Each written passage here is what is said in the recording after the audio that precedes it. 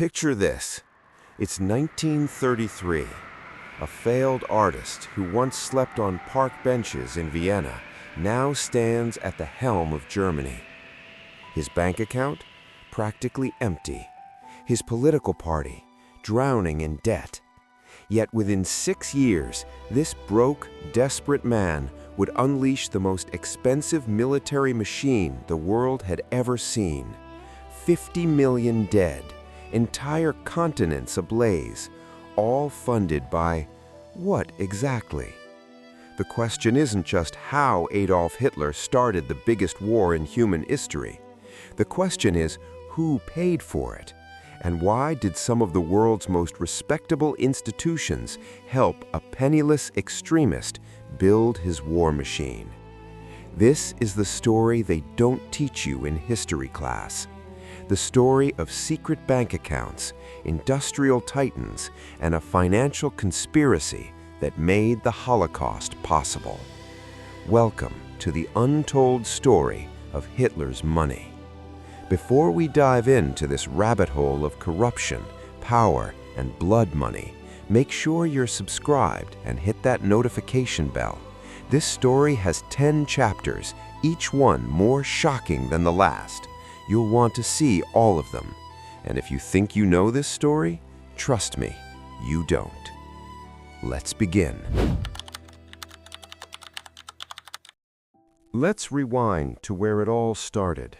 November 1918. World War I has just ended, and Germany lies in ruins. In a military hospital in Pozvak, a 30-year-old corporal named Adolf Hitler receives the news of Germany's surrender.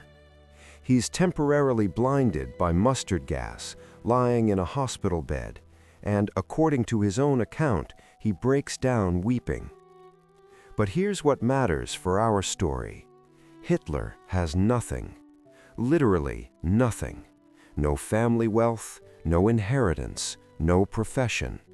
He's a failed art school applicant who spent years living in homeless shelters in Vienna, painting postcards to survive.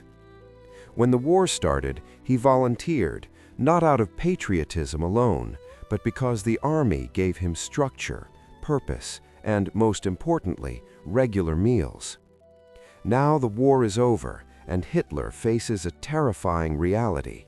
He has to make a living in a Germany that's economically devastated. Unemployment is rampant. Inflation is beginning its catastrophic climb. And Hitler? He has no marketable skills whatsoever. So he does what desperate men often do. He becomes a spy. Yes, you heard that right.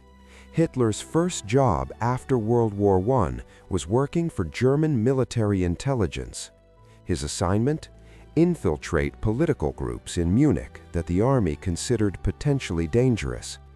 They wanted to monitor communists, socialists, and radical nationalist groups that might threaten the fragile new democratic government.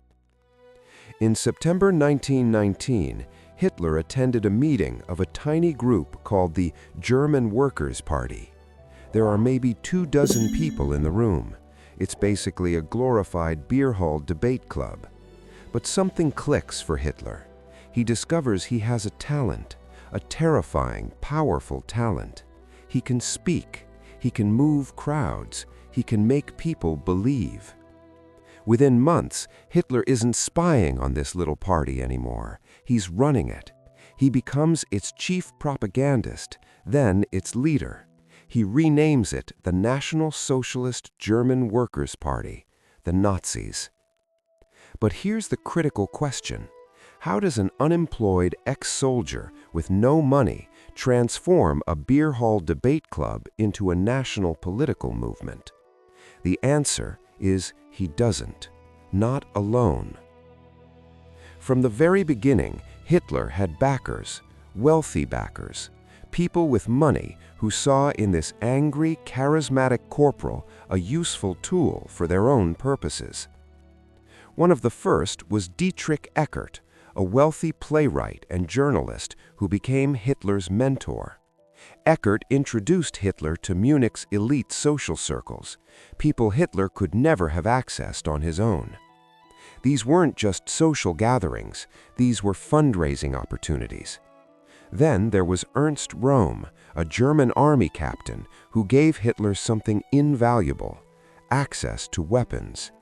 After World War I, Germany was supposed to disarm under the Treaty of Versailles, but the army secretly hoarded weapons, and Röhm made sure the Nazis got some of them. Weapons aren't just tools of violence, they're assets, currency, power. By 1921, Hitler had purchased the Nazi Party's first newspaper, the Völkischer Beobachter. Where did the money come from? We don't know exactly, but we know it wasn't from Hitler's pockets. Historians have traced some funding to right-wing industrialists and army officers who wanted a counterforce against communism. This is the pattern that would repeat for the next 12 years. Hitler had ambition and charisma, but the money always came from somewhere else, someone else. Then came 1923, the beer hall putsch. Hitler, now convinced of his own destiny, tried to overthrow the Bavarian government in Munich. It was a complete disaster. 16 Nazis and 4 police officers died in the streets. Hitler was arrested, tried for treason, and sentenced to 5 years in prison. This should have been the end. The broke ex-corporal who tried to become a dictator was now a convicted criminal. His movement was banned, his newspaper shut down, his allies scattered. But Hitler served only 9 months, and during those 9 months in Landsberg prison, he wrote a book, a rambling, hate-filled manifesto called Mein Kampf.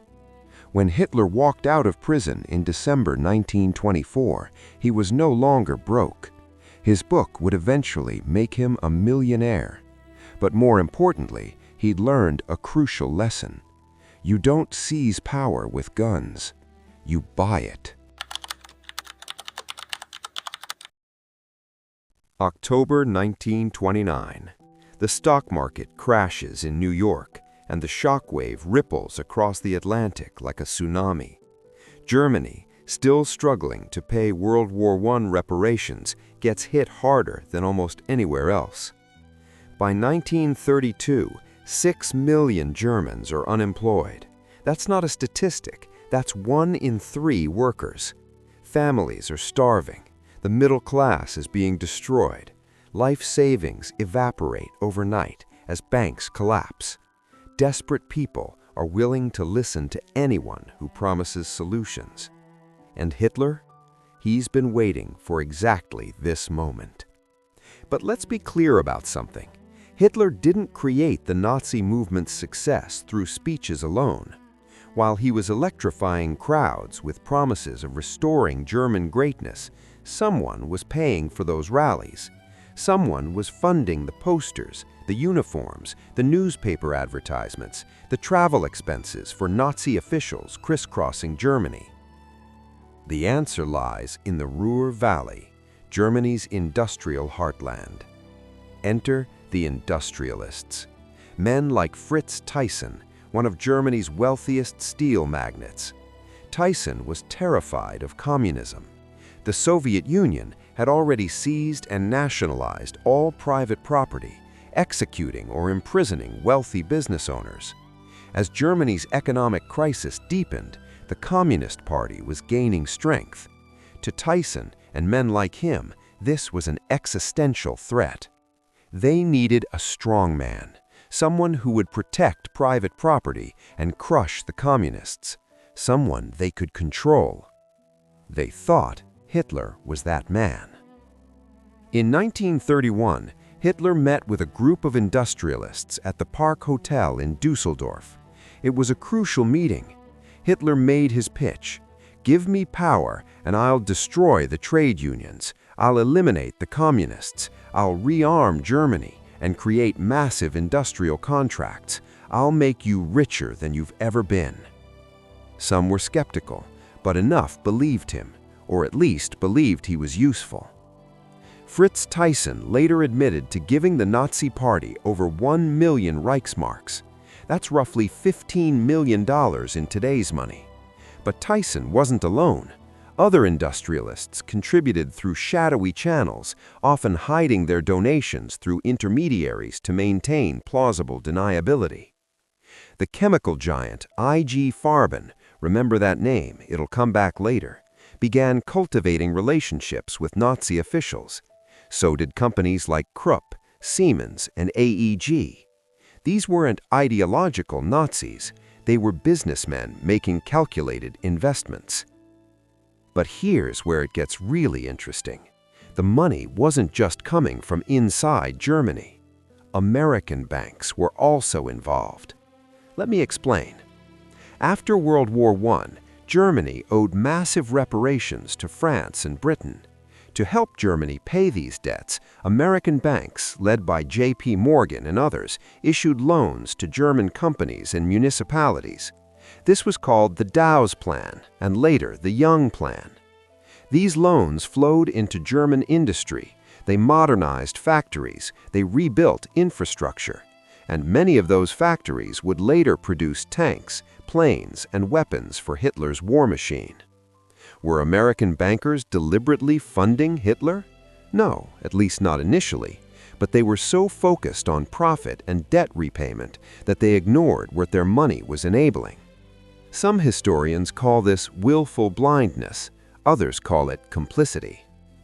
By 1932, the Nazi Party had become the largest party in the German parliament, though not yet the majority. They had 230 seats out of 608. How did a party that had 12 seats just 4 years earlier achieve this explosive growth? Money, organization, and a message that resonated with a desperate population. But Hitler still wasn't in power. Germany's president, Paul Hindenburg, despised Hitler. He called him that Bohemian corporal. The conservative elite thought they could use Hitler's popularity without actually giving him control. They were wrong. Beat.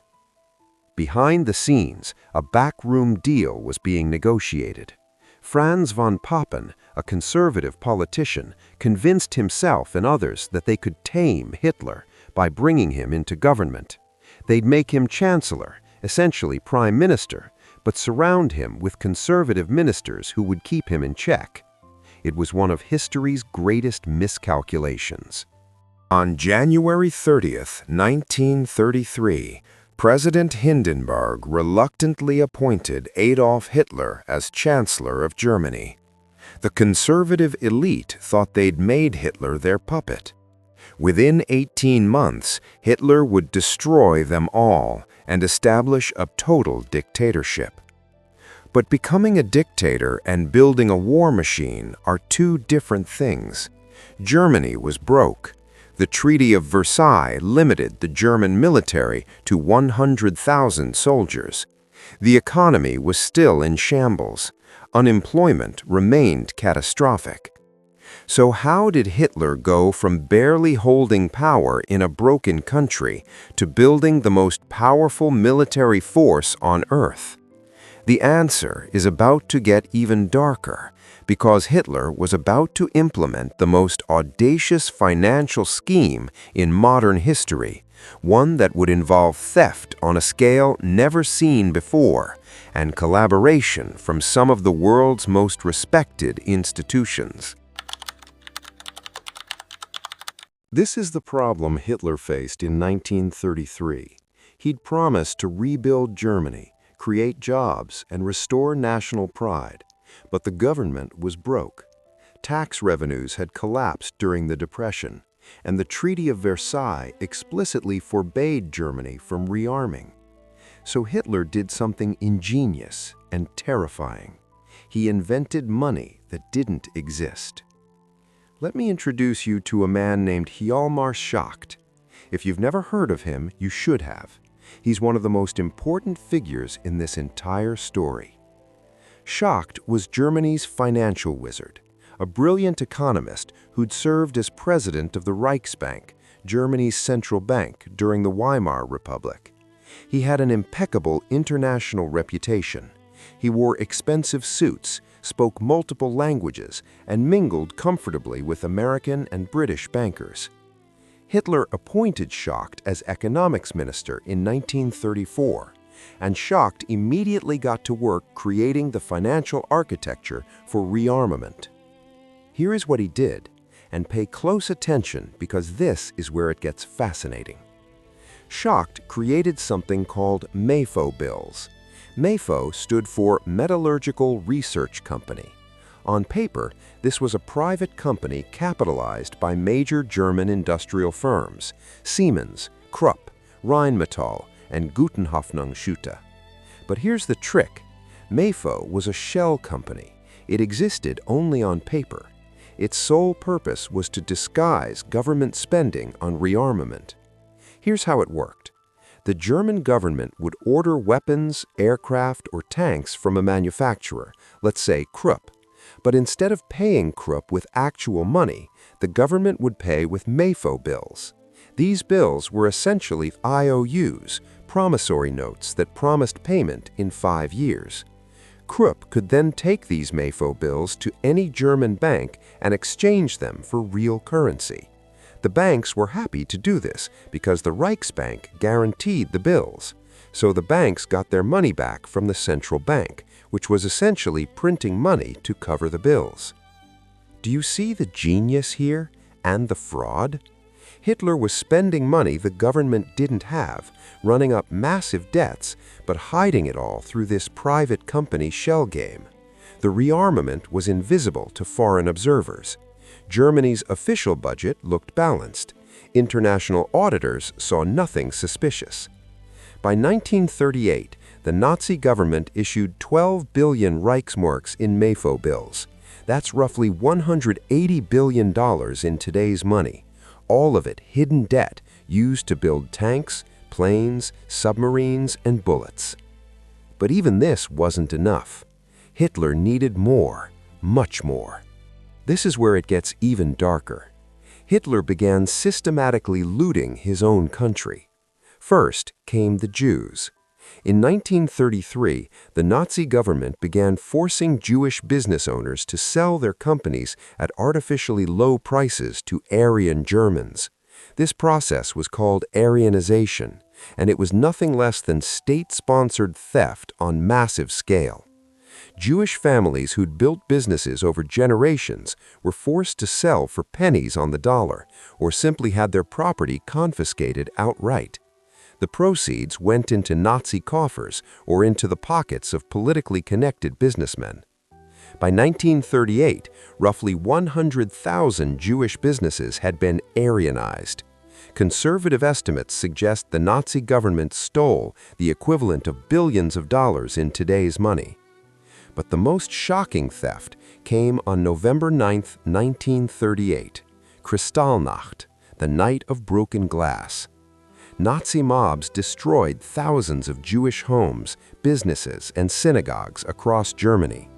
91 Jews were murdered. 30,000 Jewish men were arrested and sent to concentration camps. And then, the Nazis sent the Jewish community a bill. I'm not making this up. The Nazi government levied a fine of 1 billion Reichsmarks on the Jewish community, supposedly to pay for the damage the Nazis themselves had caused. It was extortion disguised as policy. That's $15 billion in today's money, stolen in a single decree. This money didn't go into a vault somewhere. It went directly into funding rearmament, into building the military machine that would invade Poland, France, and the Soviet Union. Now you might be thinking, surely the international community noticed. Surely banks and foreign governments questioned where Germany was getting all this money. Some did notice, but most chose not to ask too many questions. Why? Because business was booming. German rearmament created massive demand for raw materials: steel, rubber, oil, copper. International corporations were making fortunes selling to Germany. American companies like Standard Oil, Ford, and General Motors were doing business with Nazi Germany well into the 1930s. Henry Ford, founder of Ford Motor Company, was famously anti-Semitic and admired Hitler. In 1938, Ford received the Grand Cross of the German Eagle, the highest honor Nazi Germany could give to a foreigner. Ford's German subsidiary produced military vehicles for the Wehrmacht. IBM, yes, that IBM, provided the punch card technology that the Nazis used to organize their bureaucracy, including the systems used to track Jewish populations. Were these companies directly funding Hitler's war? Not exactly, but they were providing technology, materials, and legitimacy to a regime that was openly preparing for war. The profit motive blinded people to what was coming. By 1936, Hitler felt confident enough to make his first major aggressive move. He remilitarized the Rhineland, a region of Germany that was supposed to remain demilitarized under the Treaty of Versailles.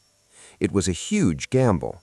If France and Britain had responded militarily, Germany's small, still rebuilding army would have been crushed. Hitler later admitted that if the French had marched, he would have had to withdraw with our tail between our legs. But France and Britain did nothing. They were exhausted from World War I. They wanted peace. They convinced themselves that Hitler's ambitions were limited, that he could be appeased, that war could be avoided. They were wrong. And Hitler learned a crucial lesson. The Western democracies were weak. They would tolerate aggression. They would look the other way. This emboldened him to think bigger, much bigger, because Hitler's next target wasn't just remilitarizing German territory, it was conquest, and conquest required even more money than he'd already stolen.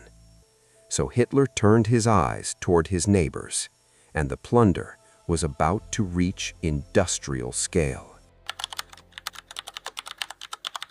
By 1938, Hitler's invisible money machine was running out of steam. The MEFO bills were coming due. The stolen Jewish wealth was spent. The German economy was overheating, teetering on the edge of collapse. Economists warned that Germany couldn't sustain this level of military spending. Inflation was rising. Consumer goods were becoming scarce because factories were producing guns instead of butter. The German people were starting to grumble. Hitler had a choice: scale back the military buildup or find new sources of wealth. He chose conquest. March 12, 1938. German troops march into Austria. The Anschluss, the annexation, was presented as a peaceful reunification of German-speaking peoples. Austrian crowds cheered. Many Austrians genuinely welcomed the unification. But for Hitler, this wasn't about ethnic unity. It was about money. Austria had something Germany desperately needed: gold reserves. The Austrian National Bank held gold reserves worth roughly 1.4 billion Austrian shillings, about $200 million at the time. That's roughly $4 billion in today's money. Within days of the Anschluss, Nazi officials seized the Austrian National Bank. The gold was immediately transferred to the Reichsbank in Berlin. Just like that, Hitler had looted an entire country's treasury. But it wasn't just gold. Austria had a functioning economy, factories, resources, and a population of 7 million people who could be taxed and conscripted. The Austrian railway system alone was worth a fortune. Austria's industrial capacity was integrated into the German war machine. And then there were Austria's Jews. Austria had about 200,000 Jews, most living in Vienna. The Nazis immediately implemented the same Aryanization policies they'd used in Germany, but with even more brutality and efficiency. Jewish businesses, homes, and property were seized. Jews were forced to scrub streets while jeering crowds watched. Thousands were arrested and sent to concentration camps. The wealth stolen from Austrian Jews went directly into Nazi coffers. By some estimates, the Nazis stole the equivalent of $5 to $7 billion in today's money from Austrian Jews alone. And the world? Britain and France protested weakly, but they did nothing. This taught Hitler another lesson. He could literally invade a country, loot its treasury, and face no consequences. So he did it again. Beat. Czechoslovakia. Now, Czechoslovakia is crucial to understanding how Hitler funded his war machine, because unlike Austria, Czechoslovakia wasn't German-speaking. It was a thriving democracy with a strong military. But it had one vulnerability: the Sudetenland. The Sudetenland was a region of Czechoslovakia with a large ethnic German population. Hitler claimed these Germans were being oppressed and demanded that the Sudetenland be given to Germany. This manufactured crisis led to the Munich Conference in September 1938. British Prime Minister Neville Chamberlain, French Premier Edward Daladier, Italian dictator Mussolini, and Hitler met to decide Czechoslovakia's fate, without inviting any Czech representatives. Chamberlain was desperate to avoid war. He believed Hitler's promises that the Sudetenland was his last territorial demand. So Britain and France agreed to let him take it. Chamberlain returned to London waving a piece of paper declaring he'd achieved peace for our time. It was one of history's greatest betrayals. But here's what most people don't know. The Sudetenland wasn't just about ethnic Germans. It was about industry. The Sudetenland contained Czechoslovakia's border fortifications, some of the strongest in Europe. It also contained significant industrial capacity, factories that produced weapons, textiles, and machinery. When Hitler took the Sudetenland in October 1938, he didn't just gain territory. He gained Czechoslovakia's defensive shield and a significant portion of its industrial base. But Hitler wasn't satisfied. He wanted all of it. Beat. March 15, 1939. Just 5 months after Munich, Hitler violated the agreement. German troops occupied the rest of Czechoslovakia.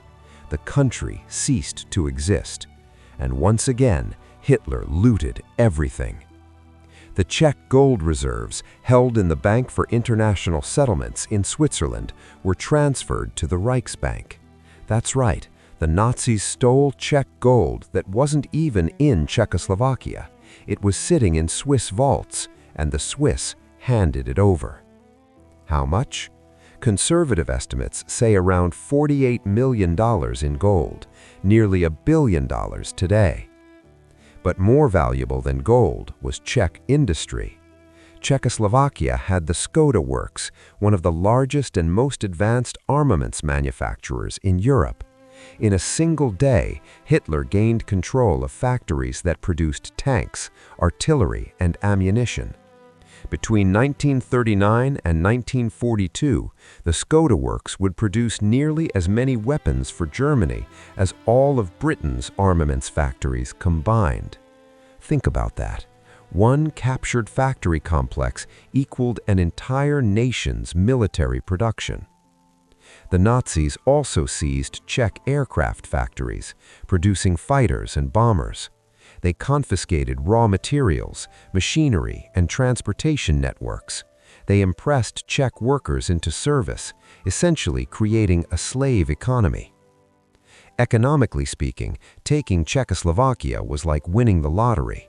Hitler gained roughly $5 billion in immediate assets and an industrial base that would pump out weapons for years. And the world? Britain and France finally realized that appeasement had failed. They issued guarantees to Poland, promising to defend it if Germany attacked. But guarantees don't stop tanks, and Hitler now had more tanks than ever before. By the summer of 1939, Hitler's military had grown exponentially. The German army that had barely existed in 1933 now numbered nearly 3 million soldiers. The Luftwaffe, the German Air Force, had thousands of modern aircraft. The Kriegsmarine was building battleships and submarines. All of this cost money, staggering amounts of money. Where did it come from? Let's review. Hidden debt through MEFO bills, theft from German and Austrian Jews, the Austrian gold reserves, the Czech gold reserves, Czech industrial capacity, raw materials seized from occupied territories, forced labor, and still loans from banks that were either naive or complicit. But even this wasn't enough for what Hitler was planning next. Beat. Because invading Poland wouldn't just be another quick annexation, it would trigger World War II. And sustaining a multi-front war against Britain, France, and eventually the Soviet Union would require resources on a scale that even Hitler's theft couldn't fund indefinitely. So Hitler made a calculation. He would fund the war through the war itself. Conquest wouldn't just be a military strategy, it would be an economic strategy. Each invaded country would be systematically looted to fund the invasion of the next. It was a pyramid scheme of violence, and it could only end in two ways: total victory or total collapse. On September 1st, 1939, German tanks rolled into Poland. The bill was about to come due, and the price would be paid in blood. When German forces invaded Poland on September 1st, 1939, they weren't just soldiers. They were also accountants, bankers, and appraisers. Special SS units followed directly behind the combat troops with one mission: seize everything of value. This wasn't the fog of war. This wasn't battlefield chaos. This was organized, systematic, industrial-scale theft, planned down to the smallest detail before a single shot was fired. Let me show you how it worked. Within days of Poland's conquest, the Nazis divided the country into zones. Western Poland was directly annexed into Germany. The rest became the general government, essentially a colony to be exploited. First, they seized the banks. The Polish National Bank's gold reserves? Gone, transferred to Berlin. Private banks? Their assets were frozen, then confiscated. Personal savings accounts belonging to Poles? Seized. Then came private property. Factories, farms, businesses, anything owned by Jews was immediately confiscated. But here's what's less well known. Property owned by non-Jewish Poles was also seized if it was deemed valuable to the German war effort. Polish landowners had their estates confiscated. Factory owners had their businesses taken. Farmers had their land appropriated. And they received nothing in return. No compensation, no legal recourse, just armed men with documents declaring that everything they owned now belonged to the Third Reich. The scale is hard to comprehend. We're talking about an entire nation's wealth accumulated over centuries, stolen in a matter of months. But Poland was just the beginning. In April 1940, Germany invaded Denmark and Norway. In May, they invaded Belgium, the Netherlands, Luxembourg, and France. By June, Hitler controlled most of Western Europe, and everywhere the Wehrmacht marched, the Plunder Machine followed. Let me give you an example. France. France wasn't just occupied, it was systematically drained. The Nazis imposed what they called occupation costs. These were payments that France had to make to Germany for the privilege of being occupied by German soldiers. How much? 400 million francs per day. That's roughly $20 million per day in 1940 currency, nearly $500 million per day in today's money. France was forced to pay for its own occupation. Over 4 years, these payments totaled roughly 860 billion francs, the equivalent of hundreds of billions of dollars today. This money went directly into funding the German war machine. But the Nazis weren't satisfied with just money. They wanted everything. Art collections were looted. The Nazis created special task forces, the Einsatzstab Reichsleiter Rosenberg, whose job was to catalog and seize artworks from museums, private collections, and Jewish families. Hermann Göring, Hitler's second-in-command, was particularly obsessed with art. He had agents scouring occupied territories for masterpieces. By the end of the war, Göring had amassed a personal collection of over 2,000 stolen artworks worth billions today. Hitler himself planned a massive museum in Linz, Austria, to be filled with plundered art. Thousands of paintings, sculptures, and artifacts were stolen specifically for this project.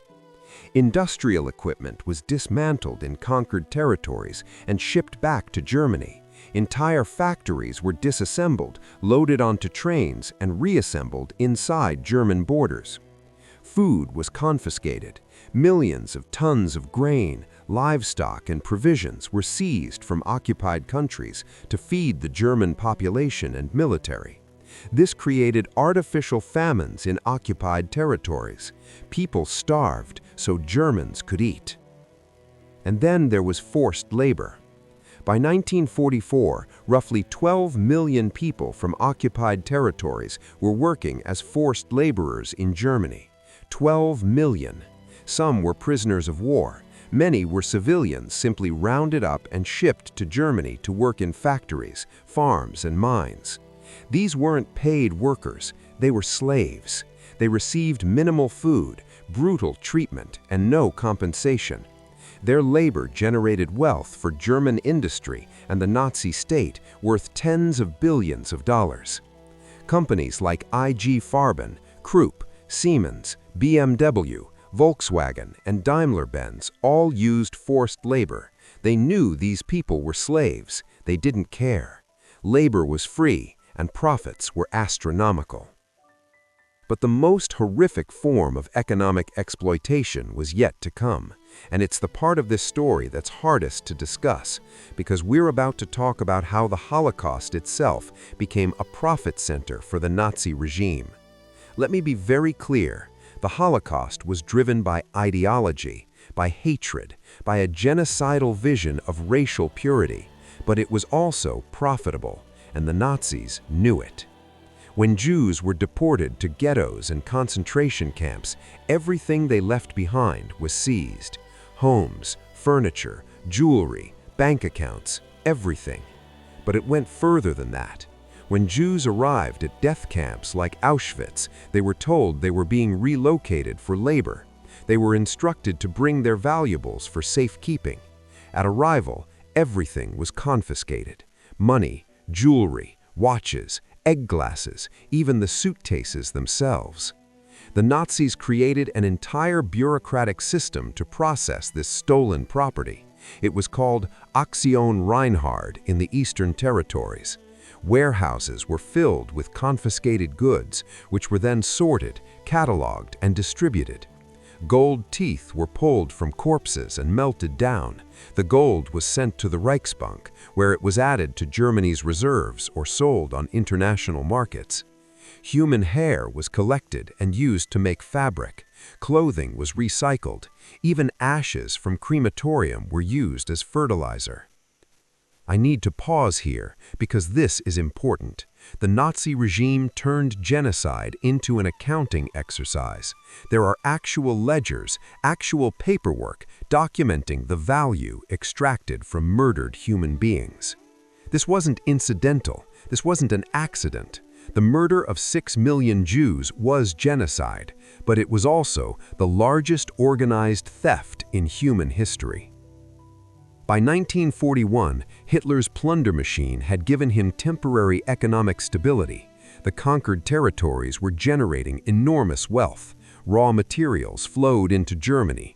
Forced laborers worked in German factories. Stolen gold sat in German vaults. But Hitler had made a catastrophic miscalculation. He believed the Soviet Union would collapse within weeks of invasion. He believed that conquering Soviet territories would give him unlimited resources, oil from the Caucasus, grain from Ukraine, minerals from the Urals. On June 22, 1941, Germany invaded the Soviet Union with over 3 million troops. It was the largest invasion in human history. Hitler expected a quick victory. He expected another treasure vault to loot.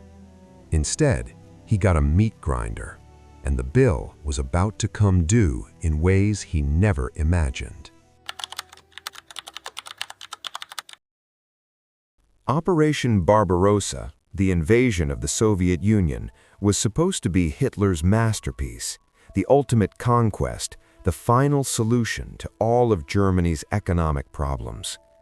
Hitler told his generals that the Soviet Union would collapse like a house of cards. He gave them a timeline, 6 to 8 weeks, 2 months maximum. Then Germany would control the oil fields of Baku, the wheat fields of Ukraine, and the industrial capacity of Western Russia. Unlimited resources, unlimited wealth, final victory. He was wrong about everything. The Soviet Union didn't collapse. It fought back with a ferocity that stunned the Germans. By December 1941, German forces were freezing outside Moscow, their supply lines stretched to breaking point, their equipment failing in temperatures of -40 degrees. And suddenly, Hitler's economic calculations fell apart. Let me explain what happened. The entire Nazi economic model was based on rapid conquest and immediate plunder. Invade a country, seize its wealth, use that wealth to fund the next invasion. It was a pyramid scheme, and pyramid schemes only work as long as you keep expanding. But in the Soviet Union, there was no quick plunder. Villages were burned before the Germans arrived. Factories were dismantled and moved east beyond German reach. The Soviet scorched earth policy meant the Germans conquered territory but found nothing of value. Worse, occupying Soviet territory was incredibly expensive. The Wehrmacht needed millions of tons of supplies, ammunition, fuel, food, winter clothing, and all of it had to be transported across vast distances on damaged roads and railways that Soviet partisans constantly sabotaged. By the summer of 1942, the German economy was in crisis mode. The conquest machine had become a consumption machine. Germany was spending more resources fighting in the Soviet Union than it could possibly extract from occupied territories. Albert Speer, Hitler's Minister of Armaments, later testified that by 1942, Germany was effectively bankrupt. The only thing keeping the economy functioning was loot from Western Europe and slave labor. But even that wasn't enough anymore. So the Nazis did what desperate regimes always do. They extracted more from the people they'd already conquered. They squeezed harder. Rations in occupied countries were cut. People were already hungry. Now they were starving. In the Netherlands, the winter of 1944-1945 would become known as the Hunger Winter, Over 20,000 people starved to death because the Nazis had taken all the food. In Greece, the Nazi occupation created a famine that killed roughly 300,000 people, not because there was no food in Europe, but because the Nazis took it all for themselves. In the Soviet Union, the situation was even worse. The Nazis implemented something called the Hunger Plan. This wasn't a conspiracy theory, it was actual Nazi policy. The plan explicitly called for starving 30 million Soviet civilians to death so their food could be redirected to Germany and the Wehrmacht. 30 million people, deliberately starved as economic policy. Nazi documents refer to these populations as useless eaters, people whose deaths would free up resources for the German war effort. This is what happens when an economy is based entirely on theft and exploitation.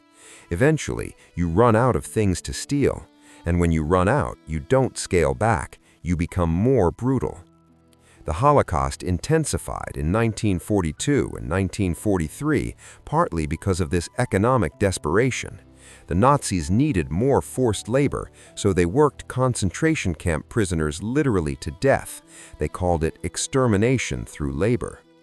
Companies like IG Farben built factories right next to concentration camps so they could have immediate access to slave labor. When workers died from exhaustion, starvation, or brutality, they were simply replaced with new prisoners. At Auschwitz, IG Farben built a massive synthetic rubber and fuel plant using slave labor from the camp. Tens of thousands of people died building it. And when the factory was finally operational, it produced almost nothing of military value. It was a colossal waste. But IG Farben made profits from the construction contracts, so the company didn't care. Meanwhile, on the battlefield, things were getting worse.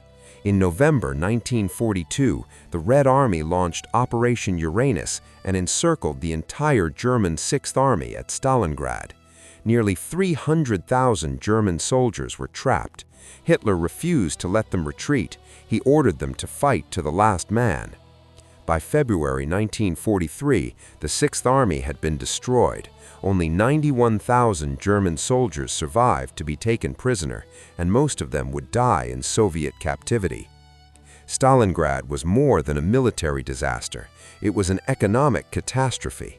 Germany lost thousands of tanks, vehicles, aircraft, and artillery pieces, equipment that had been paid for with stolen gold, slave labor, and years of industrial production, all gone in 5 months. And Germany couldn't replace it fast enough. This is the fundamental problem Hitler never solved. War is expensive. Modern industrial warfare is astronomically expensive, and Hitler's entire economic system was based on one-time theft, not sustainable production. You can steal a country's gold reserves once. You can't do it again. You can force people to work as slaves, but slaves don't work efficiently. You can strip a factory of its machinery, but you can't make it produce more just by moving it to Germany. Albert Speer tried to rationalize German war production. He implemented efficiency reforms, centralized control, and increased output. German industrial production actually peaked in 1944, but it was too little, too late. Because while Germany was struggling to produce enough tanks and planes, the Allies and Soviet Union were outproducing Germany by 5 to 1, sometimes 10 to 1. America alone produced 300,000 aircraft during World War II. Germany produced about 120,000. The Soviet Union built 80,000 tanks. Germany built 50,000. How did the Allies do this? Simple. They had sustainable economies based on taxation, borrowing, and industrial production. They weren't running a pyramid scheme. They were running actual economies. By the end of 1943, the strategic situation was clear to anyone willing to see it. Germany was losing. The question wasn't if Germany would lose, but when and how much destruction would happen before the end. But Hitler refused to surrender. He refused to negotiate. He ordered total war, total mobilization of every resource, every person for the war effort. And this meant the final phase of Nazi economic policy. Cannibalism. Germany would consume itself. It would burn through its own population, its own infrastructure, its own future, all to keep fighting for a few more months. The darkest chapter was still to come. By 1944, Nazi Germany was a dying empire pretending to be invincible. The Red Army was pushing west, liberating Soviet territory and advancing into Eastern Europe. The Western Allies had landed in Normandy on D-Day, June 6, 1944. Germany was now fighting a war on multiple fronts with dwindling resources, exhausted troops, and an economy held together by desperation and delusion. But Hitler still needed money. He still needed weapons. He still needed soldiers. So he did what all failing regimes do in their final days. He sacrificed the future. Let's start with the soldiers, or rather, the children. By late 1944, Germany was running out of men. Millions had been killed or captured on the Eastern Front. The Wehrmacht was desperately undermanned, so the Nazis lowered the conscription age and lowered it again and again. Boys as young as 12 were given uniforms and rifles. They were sent to defend Berlin against the Red Army.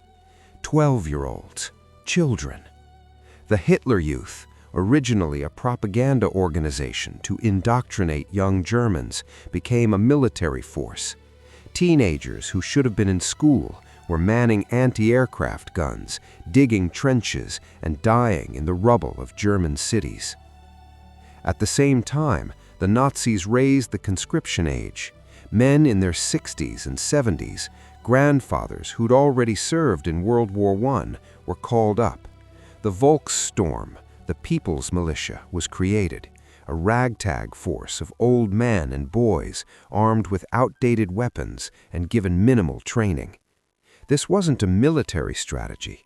This was a nation devouring its own children and elderly because it had run out of everything else.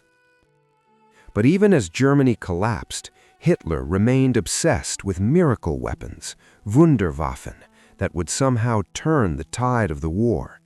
The V-1 and V-2 rockets, the Messerschmitt Me-262 jet fighter, super heavy tanks like the Maus, which was so massive it was almost impossible to move, exotic weapons that existed more in propaganda than reality. These projects consumed enormous resources. The V-2 rocket program alone cost roughly 2 billion Reichsmarks, the equivalent of tens of billions of dollars today. That's more than the United States spent on the Manhattan Project to develop the atomic bomb. And what did Germany get for this investment? About 3,000 V-2 rockets that killed roughly 2,700 people in London.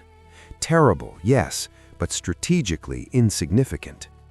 Meanwhile, more people died building the V-2 rockets than were killed by them.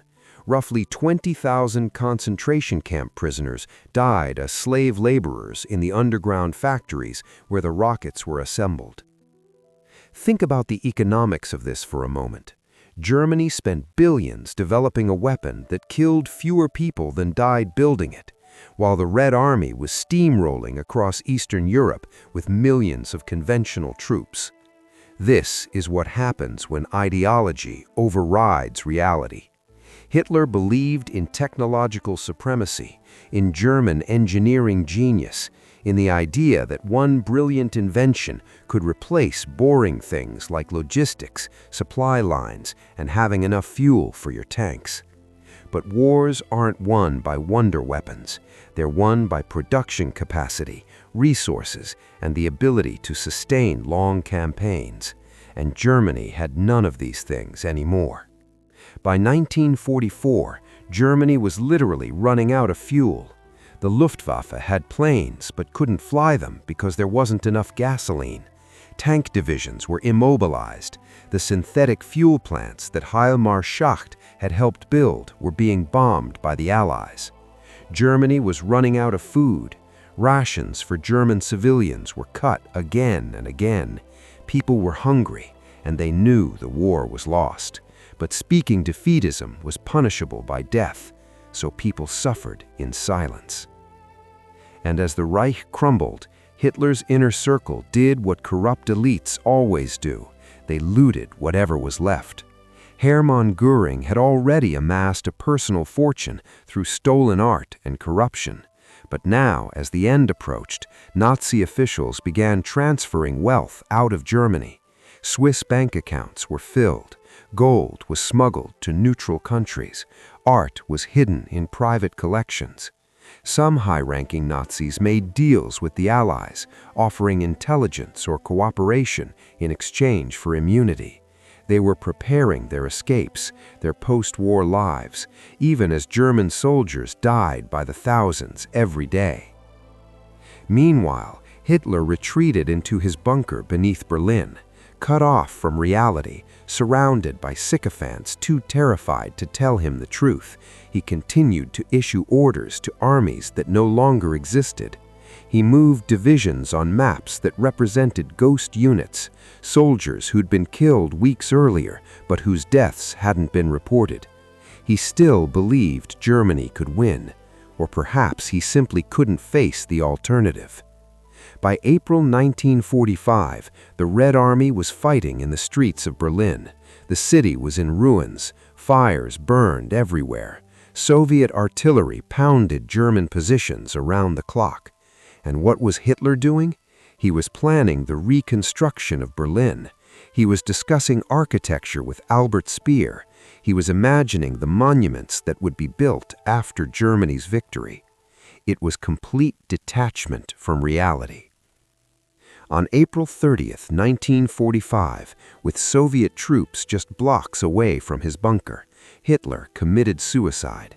He shot himself in the head while simultaneously biting down on a cyanide capsule, hedging his bets even in death. Eva Braun, whom he'd married just hours before, took cyanide beside him. Their bodies were carried outside, doused in gasoline, and burned. Even in death, Hitler wanted to avoid capture, avoid accountability, avoid being paraded before the world as the failed architect of history's greatest catastrophe. 8 days later, Germany surrendered unconditionally. The Third Reich, which Hitler had promised would last 1,000 years, lasted 12. But the financial story doesn't end with Hitler's death, because the question remains, what happened to all the money? What happened to the gold, the art, the wealth stolen from an entire continent? Some of it was recovered. Allied forces found Nazi gold reserves, artwork stashed in salt mines, Swiss bank accounts with suspicious origins. But much of it disappeared. To this day, hundreds of billions of dollars worth of art, gold, and valuables stolen by the Nazis have never been recovered. And some of the companies that profited from slave labor, that collaborated with the Nazi regime, that turned genocide into profit margins, many of them survived. They paid fines, they issued apologies, they changed their names or merged with other corporations, but they survived. The bill for Hitler's war was paid in 60 million lives, 60 million people dead, cities destroyed, entire populations displaced. The Holocaust, 6 million Jews murdered in the most systematic genocide in human history. And it was all funded by theft, by fraud, by the exploitation of the most vulnerable, by companies that chose profit over humanity, by banks that asked no questions, by governments that looked the other way until it was too late.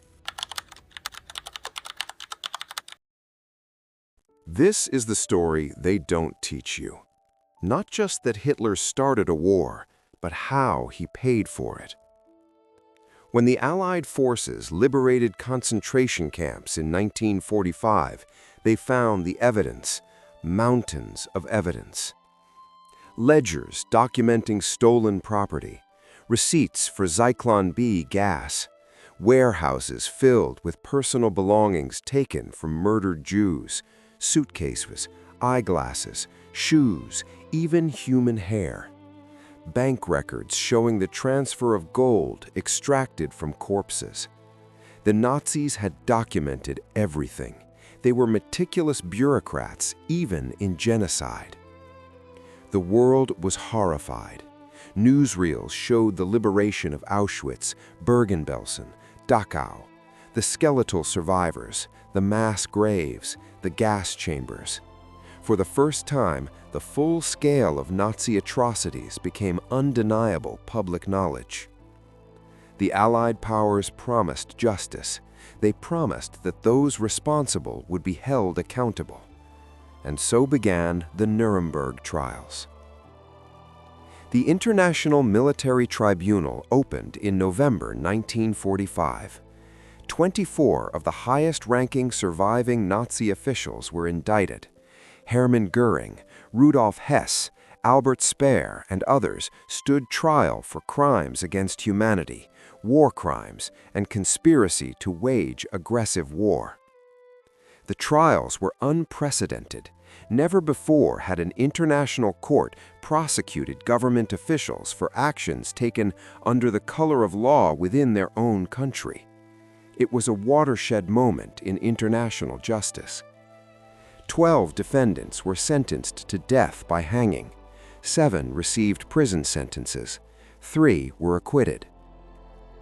Hermann Göring cheated the hangman by taking cyanide the night before his execution, one final act of defiance. The trials seemed like justice being served, but here's what most people don't know. The Nuremberg trials barely scratched the surface. 24 men stood trial, 24 out of hundreds of thousands who participated in or profited from Nazi crimes. What about the industrialists, the bankers, the corporate executives who knowingly used slave labor and funded the Nazi war machine?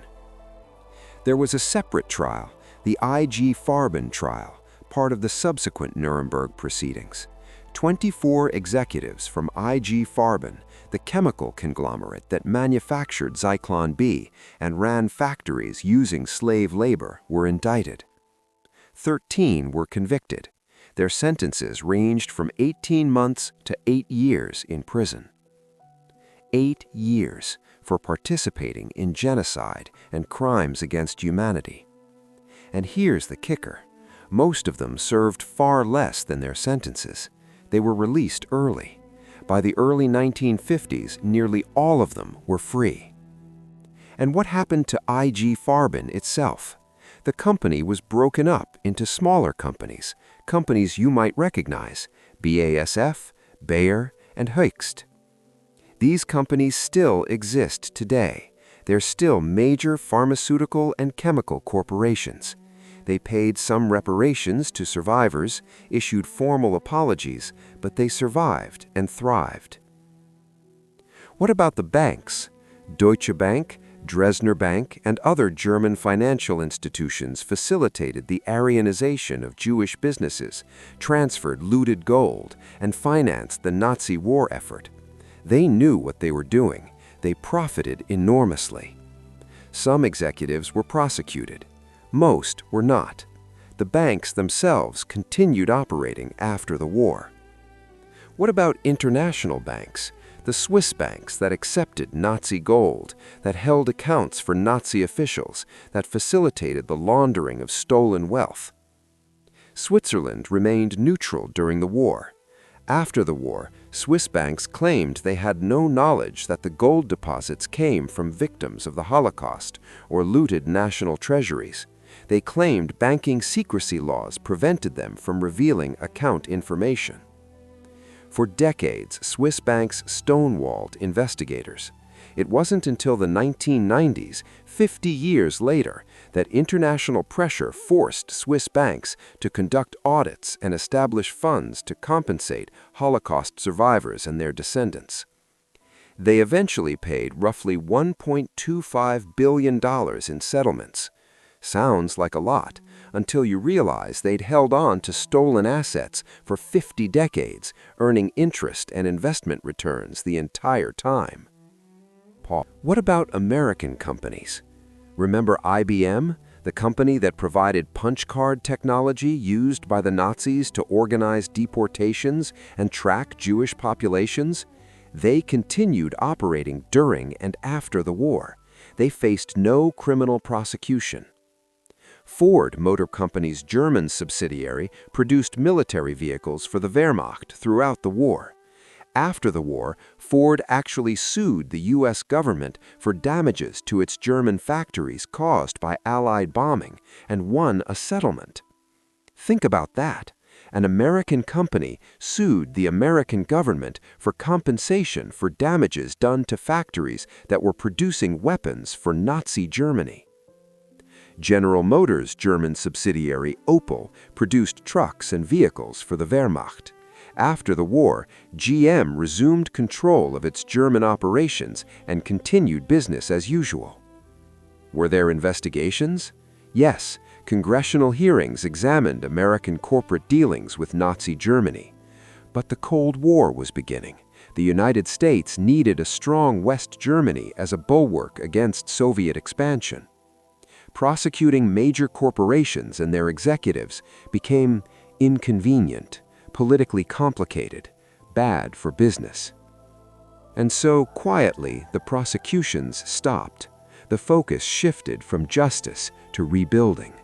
The Marshall Plan poured American aid into Western Europe, including Germany, to reconstruct the economy and prevent the spread of communism.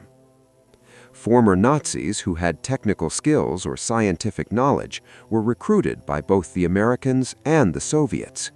Operation Paperclip brought over 1,600 German scientists, engineers, and technicians to the United States, many of them former Nazi Party members. Werner Braun, the chief architect of the V-2 rocket program that killed thousands and was built using slave labor, became a hero of the American space program. His past? Conveniently forgotten, classified, deemed irrelevant to America's Cold War objectives. So what's the final accounting? How much justice was actually served? Of the hundreds of thousands of Germans who participated in Nazi crimes, the camp guards, the bureaucrats who organized deportations, the doctors who conducted experiments, the industrialists who profited, only a small fraction were ever prosecuted. The West German government did conduct trials in the following decades. The Frankfurt Auschwitz trials in the 1960s prosecuted camp guards and officers.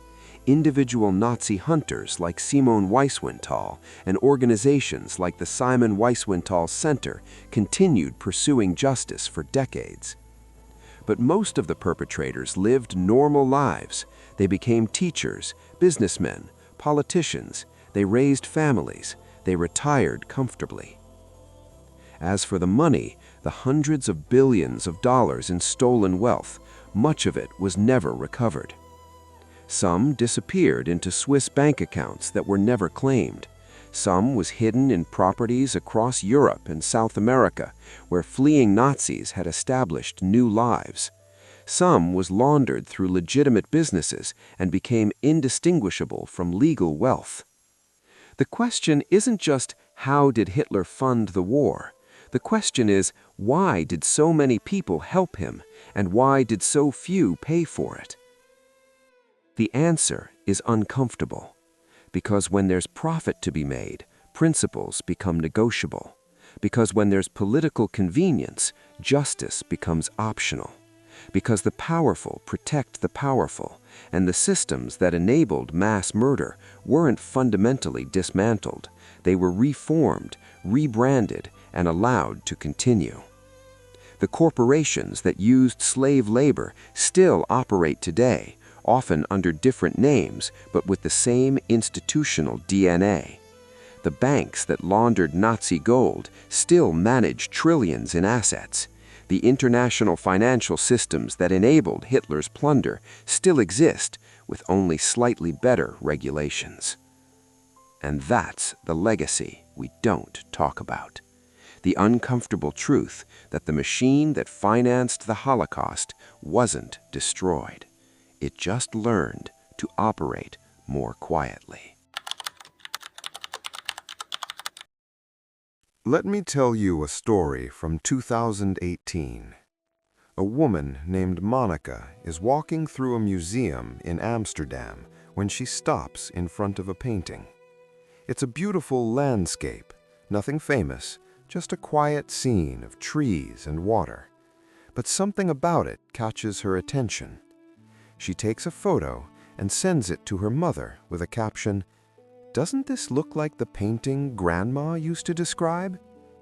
Her grandmother had died years earlier, but she'd often told stories about her family's art collection in Vienna, stories about paintings that hung in their apartment before 1938, before the Nazis came, before everything was taken. Monica's mother contacts a lawyer who specializes in art restitution. They begin researching. They dig through archives, trying to find proof of ownership from 80 years ago, documents that might not even exist anymore because they were destroyed when the family was deported. This process takes years, years of legal fees, years of fighting museums and collectors who claim they acquired the painting legally, years of bureaucratic obstacles and exhausting documentation requirements. This is what justice looks like in the 21st century for Holocaust survivors and their descendants. Not closure, not compensation commensurate with the loss, just exhausting, expensive legal battles to recover fragments of what was stolen. And Monica's family? They're among the lucky ones. At least they had stories. At least they had names of paintings to search for. Most families have nothing but memories and empty spaces where their history used to be. Let's talk numbers, because the theft didn't end in 1945. The consequences echo through generations. Current estimates suggest that roughly 600,000 pieces of art stolen by the Nazis remain missing or have unresolved ownership claims. 600,000, and that's just art. What about property? Homes, businesses, land, bank accounts, jewelry, personal possessions. The Conference on Jewish Material Claims Against Germany, known as the Claims Conference, has helped secure over $90 billion in compensation from Germany since 1952. That sounds like a lot until you realize it's spread across hundreds of thousands of survivors and descendants over 70 years. $90 billion. The Nazis stole an estimated hundreds of billions to potentially trillions in today's dollars when you account for everything: gold reserves, industrial assets, real estate, businesses, personal property, and forced labor. Do the math. Even the compensation that has been paid represents a fraction of what was taken, and that's just from Germany.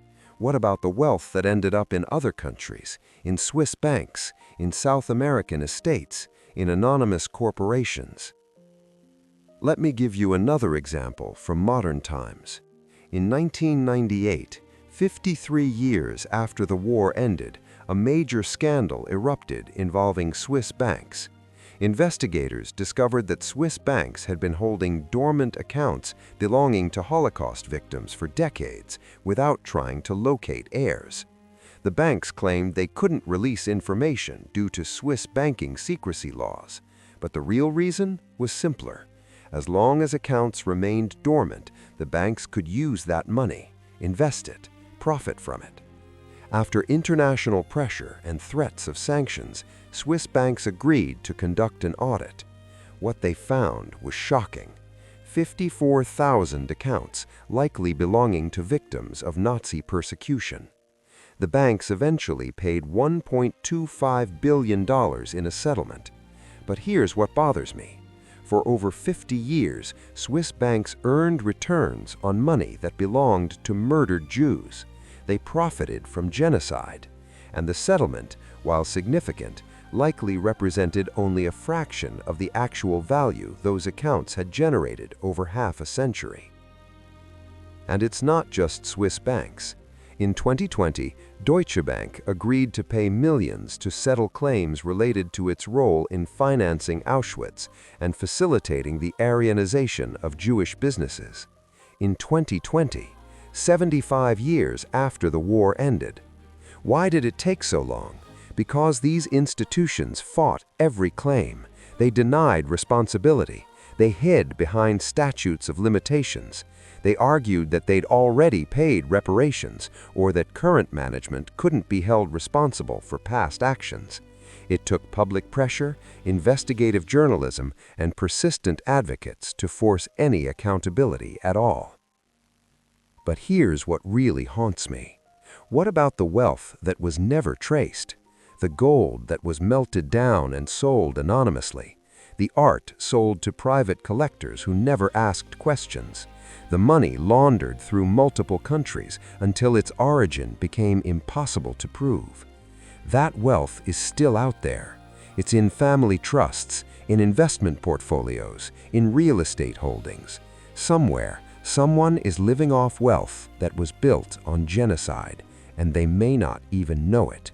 Or worse, they do know, and they don't care. Now let's talk about the human cost that can't be measured in money. Holocaust survivors are dying. The youngest survivors are now in their late 80s or 90s. Within the next decade or two, there will be no living witnesses left. And as they die, their stories die with them. Their legal claims become harder to pursue. The urgency fades. The world moves on. But their descendants don't move on. They inherit trauma. They inherit loss. They inherit gaps in their family trees where entire branches were murdered. There's actually a term for this: transgenerational trauma. Psychological research shows that the children and grandchildren of Holocaust survivors exhibit higher rates of anxiety, depression, and PTSD, even if they weren't alive during the Holocaust. Trauma gets passed down, but so does wealth. Except in this case, the wealth went to the perpetrators and their descendants, while the trauma went to the victims and theirs. So what lessons have we learned? What systems have we changed to prevent this from happening again? The answer is not enough. After the Holocaust, the international community established new legal frameworks: the Universal Declaration of Human Rights, the Genocide Convention, international criminal courts. These were important steps, but the fundamental systems that enabled Hitler's funding, the international banking system, corporate accountability structures, the prioritization of profit over human rights, those remain largely unchanged. Corporations still do business with authoritarian regimes. Banks still facilitate money laundering. International financial systems still make it easy to hide stolen wealth. We've seen it since 1945, the Cambodian genocide, the Rwandan genocide, the ongoing Uyghur persecution in China, ethnic cleansing in Myanmar. Each time, the international community expresses shock and horror. Each time, we promise never again. And each time, financial institutions and corporations find ways to profit from or enable atrocities, often claiming ignorance or hiding behind legal technicalities. In 2014, the European Union conducted an investigation into how ISIS was funding their operations. You know what they found? ISIS was selling oil on black markets, using international banking systems to move money, and selling looted antiquities through art dealers who asked no questions. Sound familiar? It's the same playbook Hitler used, and modern financial systems made it possible. The technology has changed, the scale has changed, but the fundamental problem remains. When there's money to be made, ethics become optional. So here we are, nearly 80 years after Hitler's death, still fighting battles over Nazi-stolen wealth, still discovering art in museums with dubious provenance, still finding gold bars with serial numbers traced back to concentration camp victims. Monica, the woman from the beginning of this chapter, her family's painting, after 3 years of legal battles, they reached a settlement. The museum kept the painting, but paid the family compensation, a fraction of the painting's market value. Is that justice? Is that closure? Or is it just the best outcome in a broken system? Let's go back to where we started. A broke, failed artist. A man who once slept on park benches. A man with no money, no inheritance, no profession. How did Adolf Hitler fund the biggest war in human history? Now you know the answer, and it's worse than you imagined. Hitler didn't fund the war. Other people did. Industrialists who saw him as a tool against communism. Bankers who prioritized profit over principles. Corporations that viewed slave labor as a cost-saving measure. Governments that appeased aggression because confrontation was inconvenient, and millions of ordinary people who looked the other way because it didn't affect them, until it did. Hitler provided the ideology, the hatred, the charisma, but the money came from a conspiracy of complicity that stretched across continents and involved some of the most respected institutions in the world. This wasn't a story of one evil man. It was a story of systems that enabled evil, and that's what makes it so terrifying, because those systems still exist. Let's talk about the true cost, not in money, in lives. 60 million people died in World War II. 60 million. Let that number sink in. 6 million Jews were murdered in the Holocaust. 3 million Soviet prisoners of war were deliberately starved to death. 3 million Poles killed. 500,000 Roma. Hundreds of thousands of disabled people were murdered in the Nazi euthanasia program. Thousands of political dissidents, homosexuals, Jehovah's Witnesses, and others deemed undesirable. And that's just the genocide. That doesn't count the soldiers who died in combat, the civilians killed in bombings, the people who died from disease and starvation caused by the war. 27 million Soviet citizens died, nearly half of all World War II deaths. China lost 20 million. Poland lost 17% of its entire population. Entire cities were erased. Dresden, Hamburg, Warsaw, Stalingrad, Hiroshima, Nagasaki. Millions of people are displaced. Tens of millions of children are orphaned. Families destroyed. Communities obliterated. Cultures nearly extinguished. And all of this was funded by theft, by the systematic looting of an entire continent, by corporations that saw genocide as a business opportunity, by banks that asked no questions about blood money. This is the lesson history teaches us. Atrocities don't just require hatred, they require funding, they require infrastructure, they require collaboration from people who should know better, but choose not to care. So what do we do with this knowledge? First, we remember. We must remember that the Holocaust wasn't inevitable. It wasn't the result of one madman acting alone. It was the result of thousands of decisions made by thousands of people who chose complicity over courage. We must remember the names, not just Hitler's name, but the names of the companies that used slave labor, the banks that laundered Nazi gold, the governments that appeased aggression, the individuals who profited from genocide. Because when we forget the enablers, we allow the systems that enabled them to continue operating unchallenged. Second, we must demand accountability. Not just historical accountability, though that matters, but present-day accountability.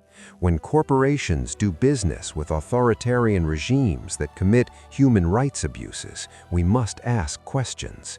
When banks facilitate money laundering for dictators, we must demand consequences.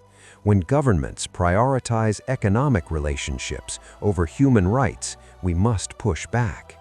The same forces that enabled Hitler still exist. The same temptations toward profit over principle still seduce business leaders and politicians. The same rationalizations, it's just business, we can't interfere in internal affairs, boycotts hurt ordinary people, still get deployed to justify complicity. We've seen it in South Africa under apartheid. We see it in China with the Uyghurs. We see it in Russia's invasion of Ukraine. We see it everywhere that money and power intersect with moral choices. Third, we understand the warning signs. Genocide doesn't happen overnight. It happens in stages. It starts with dehumanization, with propaganda that portrays certain groups as less than human, as threats, as problems to be solved. Then comes legal discrimination, laws that strip rights, that segregate, that make certain people second-class citizens. Then comes economic persecution, boycotts, confiscation of property, forced removal from professions. Then comes violence, first sporadic, then organized, then systematic. And at every stage there are people and institutions making choices to participate, to profit, to collaborate, or to resist. The Holocaust teaches us that never again isn't automatic. It requires vigilance, it requires courage, it requires people willing to sacrifice profit and convenience to stand up for what's right. Here's what haunts me most about this story. It could happen again.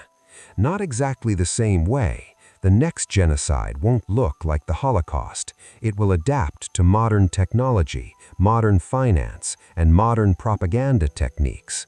But the underlying mechanics will be the same. A leader who scapegoats a vulnerable group, institutions that enable him, corporations that profit from persecution, banks that facilitate theft, and ordinary people who convince themselves it's not their problem, until it is. So let me end where I began, with a question, but this time a different question. Not how did Hitler fund the war, but what are we funding today? When we buy products, where does our money go? When we invest, what companies are we supporting? When we bank, are we asking questions about what our financial institutions do with our deposits? I'm not saying you need to investigate every purchase, but I am saying we have a responsibility to care, to ask questions, to demand transparency, to choose ethics over convenience when we can. Because the lesson of Hitler's money isn't just about history, it's about the present. It's about the choices we make every day. Hitler was broke, but he found people willing to fund genocide. He found banks willing to launder blood money.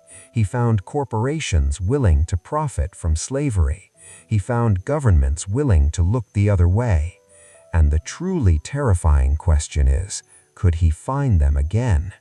Could a modern-day demagogue find the funding for atrocity in our interconnected, profit-driven global economy? I think the answer is yes, unless we learn the lessons that history is trying to teach us. The Holocaust survivor and author Elie Wiesel once said, "The opposite of love is not hate, it's indifference." Indifference enabled the Holocaust. Indifference allowed banks to profit from genocide. Indifference allows corporations to use slave labor. Indifference made ordinary people complicit in extraordinary evil.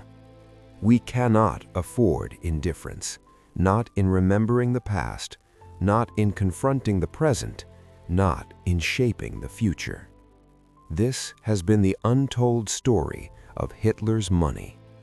Not the story of how one man started a war, but how thousands of people, hundreds of institutions, and entire systems financed the worst atrocity in human history. Remember their names. Remember the victims. Remember the perpetrators. Remember the enablers. And remember that never again isn't a promise. It's a choice we have to make every single day. If this story affected you, share it. Leave a comment with your thoughts, and most importantly, ask yourself, what am I funding? What am I enabling? And what am I willing to sacrifice to make sure this never happens again? Because the true cost of Hitler's war wasn't just measured in the tens of billions he stole or the 60 million who died. The true cost is in the question that still haunts us. Could we stop it from happening again? That answer depends on us. Thank you for watching this documentary on one of history's darkest financial conspiracies. The story of how Hitler funded World War II isn't just about the past, It's a warning about the systems and choices that enable atrocity even today. If this video opened your eyes to history they don't teach in schools, please hit that like button and subscribe for more untold stories from World War II and beyond. Share this video with someone who needs to understand how genocide gets funded, because this knowledge is our best defense against it happening again. Drop a comment below. What shocked you most about this story? Did you know about the corporate collaboration with the Nazis? What modern parallels concern you? And remember, history doesn't repeat itself, but it rhymes. Stay vigilant, stay informed, and never be indifferent. I'll see you in the next video where we uncover another forgotten story that changed the world. The Okinawan civilian tragedy, the forgotten third side of the battle. Click above to watch what the Japanese government did to its own citizens. Trust me, it's heartbreaking. Until then, never forget, this is Hidden Frontlines, where we unveil the hidden truth history is trying to cover up.